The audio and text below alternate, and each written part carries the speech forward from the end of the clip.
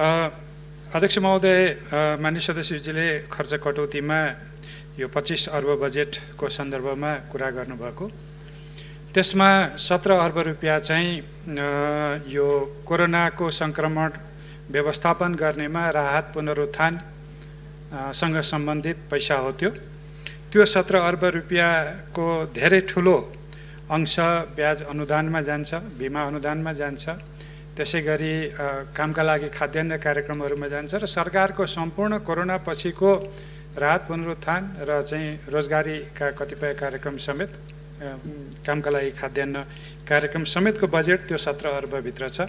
त्यो 17 अर्ब झिक्दिने हो भने अघिल्लो चालु वर्षकै जति आगामी वर्षको बजेट लगभग हुन्छ। मलाई लाग्छ माननीय सदस्यज्यूले त्यो खर्च कटौती गरौँ भन्नुहुन्न होला, किनभने यो विशेष परिस्थितिको बजेट हो। सार्वजनिक खर्च पुनरावलोकन आयोगको प्रतिवेदन क्रमशः कार्यान्वयनमा लैजाने हो। क्रमशः कार्यान्वयन भइरहेको छ, एकैचोटि एकै दिन त्यो कार्यान्वयन हुने स्थिति रहँदैन। कतिपय मितव्ययिताका कुराहरू, संस्थागत पुनर्संरचनाका कुराहरू हुँदैछन् र कति कुराहरू समयक्रममा गर्दै जाने कुरो छ। खास गरी एनजिओको रकम कहाँ जान्छ भन्ने कुरा छ, त्यसको विवरण छुट्टै प्रकाशित हुन्छ। सरकारको बजेटमा आउने कुराहरू मात्रै यहाँ उल्लेख हुन्छन्, त्योभन्दा बाहिरको विवरणहरू छुट्टै प्रकाशित गर्ने चलनै छ। बजेटमा दलितहरूको कार्यक्रम परेनन् भनेर एकजना माननीय सदस्यले उठाउनु भएको छ। म 4-5वटा उदाहरण दिन चाहन्छु, यद्यपि धेरै कुराहरू छन्। जनता आवास कार्यक्रम मूलतः दलित लक्षित कार्यक्रम हो, त्यो प्रदेशमा कार्यान्वयन हुन्छ। दलितहरू असुरक्षित आवासमा छन्, त्यसैले सुरक्षित आवास कार्यक्रमको ठुलो हिस्सा पनि दलितहरूमै जान्छ। स्वरोजगार कर्जा कार्यक्रममा दलितहरू त्यसबाट लाभान्वित हुने गरी व्यवस्था गरिएको छ। सिप विकासका कार्यक्रमहरूमा दलित छन्। सुकुम्बासी आयोग मार्फत जमिन वितरण गर्ने कुरा त मभन्दा अगाडिको मन्त्रीज्यूले बोलि नै सक्नु भएको छ। दलित विद्यार्थीको छात्रवृत्तिमै रकम छ, 15 करोडभन्दा बढी रकम त्यही छ। त्यसै गरी दलितका बच्चाहरू समेतलाई लक्ष्य गरेर बाल संरक्षण अनुदान, जसलाई बाल पोषण अनुदान पनि भन्छौँ, 1 अर्ब 74 करोड रुपियाँ त्यहाँ पनि छ। र दलितका लागि 60 वर्ष उमेरभन्दा माथिको सामाजिक सुरक्षा भत्ताको निरन्तरता छ, त्यसैमा मात्रै हामी 7 अर्बभन्दा बढी पैसा खर्च गर्छौँ। र त्यसपछि महिला उत्थान, राष्ट्रपति महिला उत्थान कार्यक्रमभित्र 2-3टा कार्यक्रमहरू छन्। जीविकोपार्जनको लागि कार्यक्रम, महिला उद्यमशीलता कार्यक्रम र स्थानीय तहमा महिला उद्यमशीलता सहजीकरण केन्द्र मार्फत हुने कार्यक्रमहरू समेत धेरै जसो दलित महिला लक्षित हुन्छन्। त्यसो हुनाले बजेटले त्यो कुराहरू, बजेटमा अङ्कहरू छन्, अक्षरहरू पनि छन्, मैले यति स्पष्ट गर्न चाहेँ। अब यो संहिताको बारेमा एउटा सन्दर्भमा म केही स्पष्ट गर्न चाहन्छु। चालु वर्ष जुन अहिले असार मसान्तमा सम्पन्न हुँदैछ, त्यसमा सम्पूर्ण सङ्घको बजेटको 30.2% प्रदेश र स्थानीय तहमा थियो। आगामी आर्थिक वर्षमा 32.9% जाँदैछ। यद्यपि सङ्घको सरकारको बजेट घटेको छ, तर हामीले चाहिँ प्रदेश र स्थानीय तहमा स्रोतको अभाव हुन दिनु हुँदैन भनेरै त्यहाँ समग्रमा बजेट कम हुन नदिएको स्थिति मैले यसअघि नै बजेट छलफलमा भनिसकेको छु। त्यसैले संहिता कार्यान्वयन गर्नमा बजेट चाहिँ सही बाटोमै अघि बढेको छ। अर्थ मन्त्रालय मार्फतको मूल कुराहरू यिनै मैले स्पष्ट गर्न चाहेँ।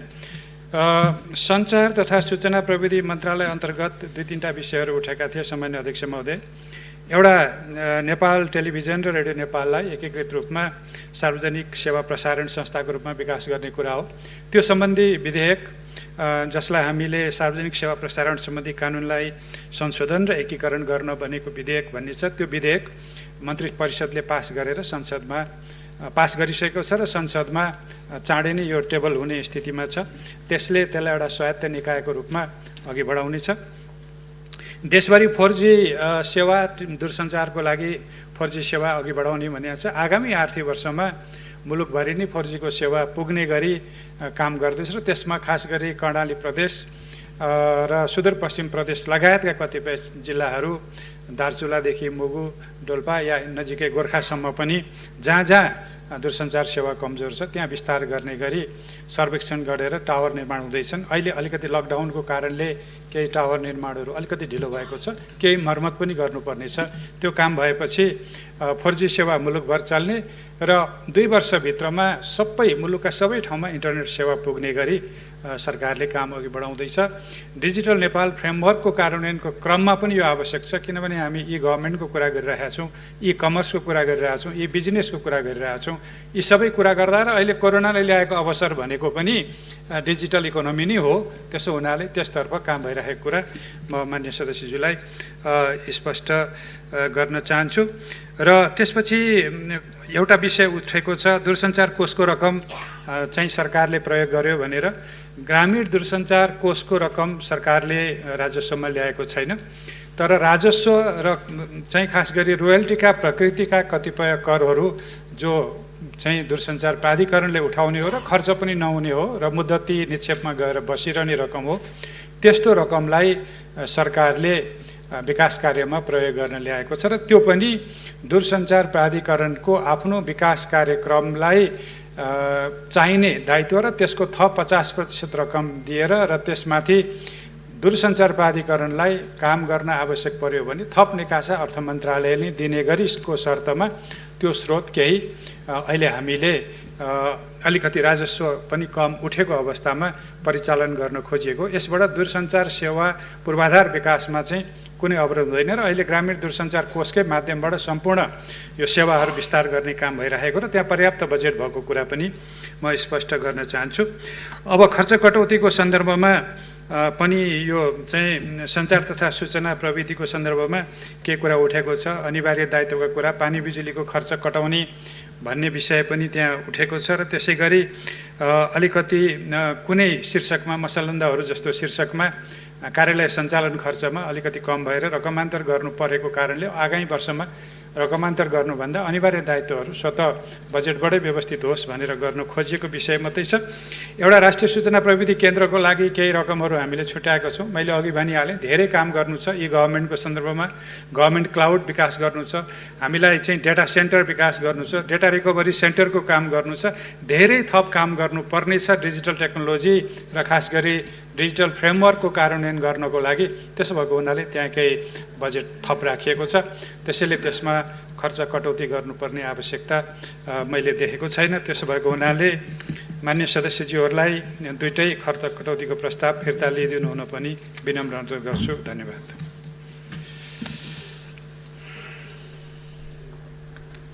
मान्य सदस्यहरू, मान्य अर्थ र सञ्चार तथा सूचना प्रविधि मन्त्री डाक्टर युवराज खतिवडाले दिनुभएको जवाफका सम्बन्धमा स्पष्टीकरण माग गर्न चाहनुहुने मान्य सदस्यहरूलाई समय उपलब्ध गराउँदछु।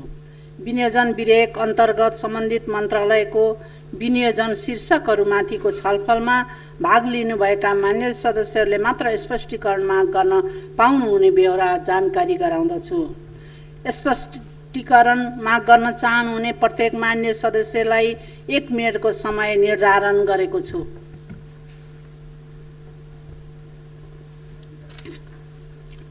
माननीय जितेन्द्र नारायण देव। सम्माननीय अध्यक्ष महोदय, यो वर्तमान आर्थिक सङ्कटको सन्दर्भमा डाक्टर डिली खनाल आयोगले दिएको प्रतिवेदन, यो सार्वजनिक खर्च पुनरावलोकन आयोगको प्रतिवेदन मलाई चाहिँ अत्यन्त उपयोगी, अहिले देशको लागि अत्यन्त उपयोगी र सान्दर्भिक लाग्छ। यसको लेटर एन्ड स्पिरिटमा यसलाई लागू गर्नको निमित्त माननीय अर्थमन्त्रीजीको मन्त्रालय र नेपाल सरकारको के स्ट्राटेजी छ, यसप्रति कतिको प्रतिबद्ध छ नेपाल सरकार, यो कुरामा जिज्ञासा राख्न चाहन्छु। माननीय रमेश जङ्गरायमाझी। सम्मान्य अध्यक्ष महोदय, सरकारको बारेमा गल्तीहरू कमी कमजोरीहरूलाई सञ्चार माध्यमहरूले बाहिर ल्याए र जनताले थाहा पाए भनेर हो कि क्या हो, यसपालि सरकारले सञ्चार माध्यमलाई कुनै पनि राहतको कार्यक्रमहरू राखेको देखिँदैन ठुला मिडियादेखि सानासम्मका यो क्षेत्रमा काम गर्ने मान्छेहरूलाई। र अर्को, सार्वजनिक खर्च पुनरावेदनको कुरालाई जसरी कर्मसँग लगिनेछ भने कति वर्षभित्रमा लगिन्छ त्यो वर्ष पनि सोध्दै हुन्थ्यो। मन्त्रीज्यूसँग आग्रह गर्न चाहन्छु। र अर्थ मन्त्रालयले अहिले बजेट छुट्याउँदाखेरि सङ्घीय संसदका सांसदहरूमा विभाजित गरेर कुनै सांसदलाई विकास खर्च क्षेत्र विकास पूर्वाधार भनेर स्थानीय पूर्वाधार भनेर 4 करोड रुपियाँ दिने, अरू सांसदलाई प्रतिनिधि सभाको पनि समानुपातिक अथवा राष्ट्रिय सभाको कुनै सांसदलाई त्यो बजेटको व्यवस्था नगर्नुमा मन्त्रीज्यूको किन यत्रो पूर्वाग्रही हो, यो प्रश्न राख्नु। मान्य प्रकाश पन्त। सम्माननीय अध्यक्ष महोदय मार्फत माननीय मन्त्रीज्यूलाई एउटा जिज्ञासा छ, सञ्चार मन्त्रालय प्रविधितिरकै भयो। यो सेटेलाइट चाहिँ नेपालको लागि रहर हो कि आवश्यकता हो, यसले के काम गरिरहेको छ, त्यो एउटा जिज्ञासा। अर्को जिज्ञासा यहाँ रिपिट भइसकेको छ, कोही सांसदहरूलाई 6-7 करोड 4 करोड चाहिँ दिएर झोला बोकाएर गाउँ गाउँ पठाउने, कोही ठुलो हेरेर बस्ने, यो अत्यन्तै विभेदपूर्ण भयो। अब यो बजेट फेल हुन्छ भनेर हो कि के डरले मान्यज्यूले यस्तो गर्नुभएको, र अब यो हामीले यसलाई कोरोनामा नै खर्च गरौँ यो बजेट भनेर हामीले सपोर्ट गरिरहेकै थियौँ, स्पष्ट हुन चाहन्छु। माननीय अनिता देवकोटा।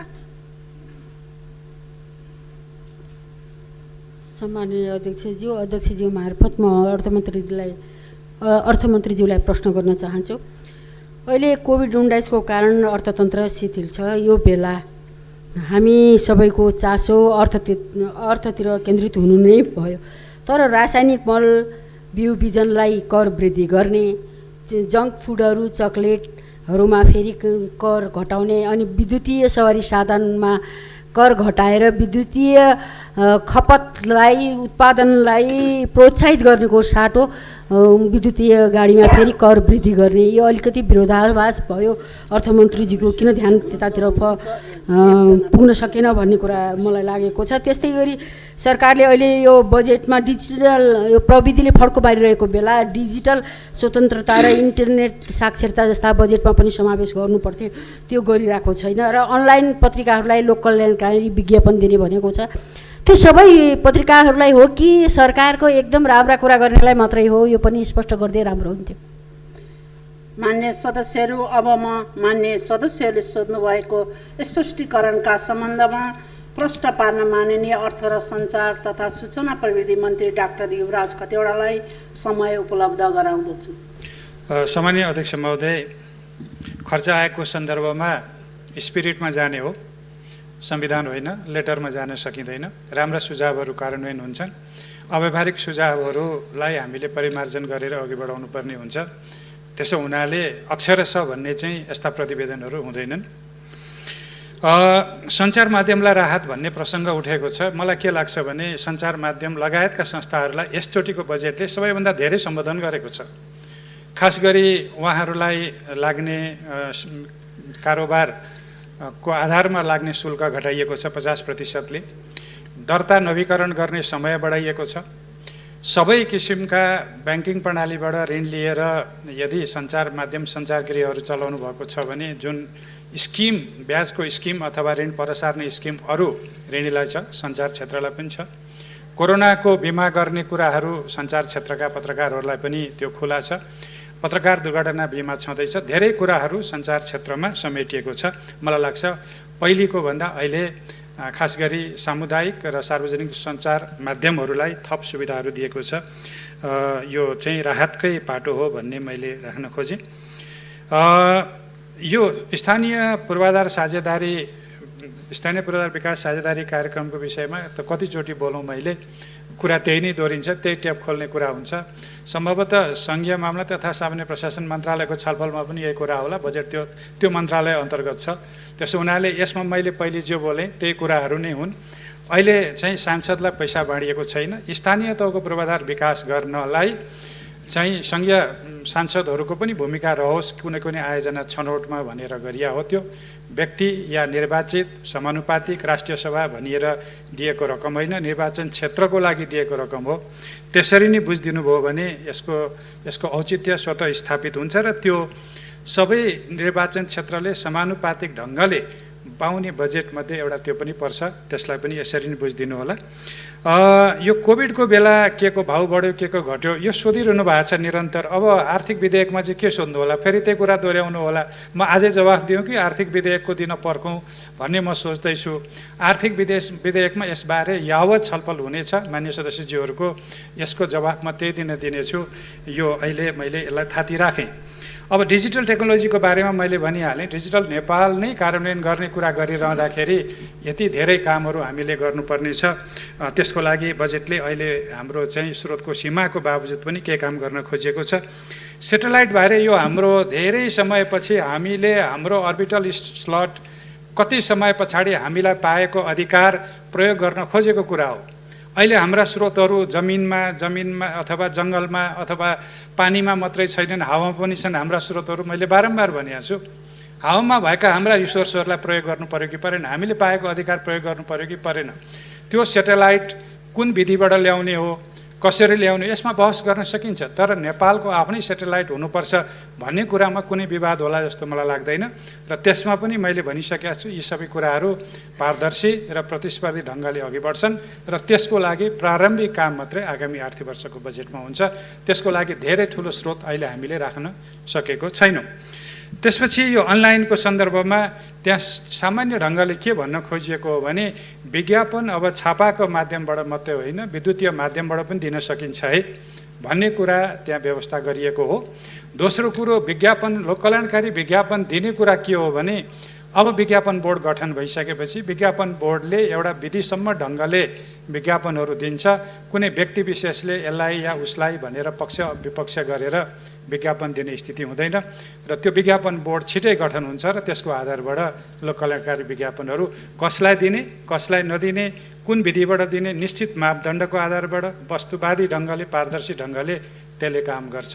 त्यसो भएपछि यसमा कुनै विवाद आउने स्थिति नै रहँदैन। यति भनेर विनियोजन विधेयकमा अर्थ र सञ्चार तथा सूचना प्रविधि मन्त्रालयको सन्दर्भमा मान्य सदस्यज्यूहरूले उठाउनु भएको जिज्ञासाको सन्दर्भमा मैले रेस्पोन्स गरेँ। अब खर्च कटौतीको प्रस्ताव फिर्ता होला भन्ने आशा पनि गर्छु। धन्यवाद।